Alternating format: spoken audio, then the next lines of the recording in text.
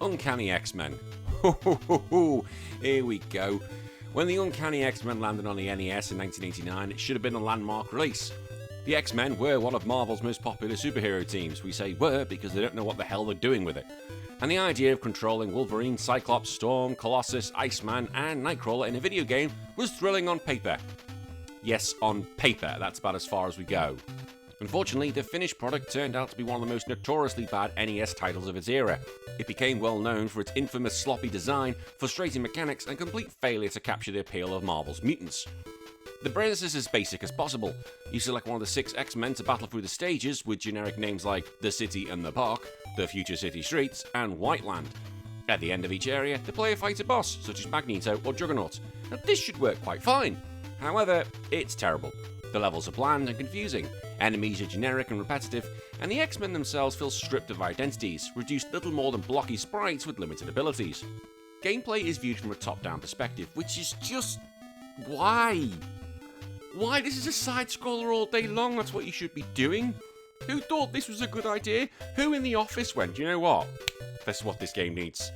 And someone went, yep, I'm with you, Bobby. That's exactly what this game needs. No, side-scrolling, please. That would have saved this game, probably. Well, I say saved it. LGN did make it, so they probably would have botched it. The player moves through mazes filled with enemies whilst trying to find and defeat the stage's boss. Each character is given unique abilities because they're mutants, but they're terrible. Cyclops and Iceman, for instance, can shoot projectiles, while Wolverine is forced to use his claws, and in reality, he should be cutting everyone up like butter, but it's completely useless. Nightcrawler can even teleport, but the mechanic is unreliable.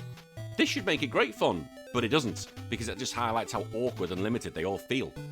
There are control issues which dominate the experience, movement is sluggish and the hit detection is unreliable. Attacks often pass straight through enemies without registering, which makes no sense especially if you're using Wolverine. I just slashed you. No you didn't. Okay, carry on.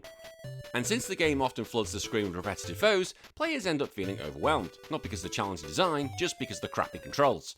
This clunkiness completely underwhelms any sense of superhero power. Playing as Wolverine and Colossus should feel empowering, but in fact you make them a weak as piss. One of the game's most criticised features is co-op mode.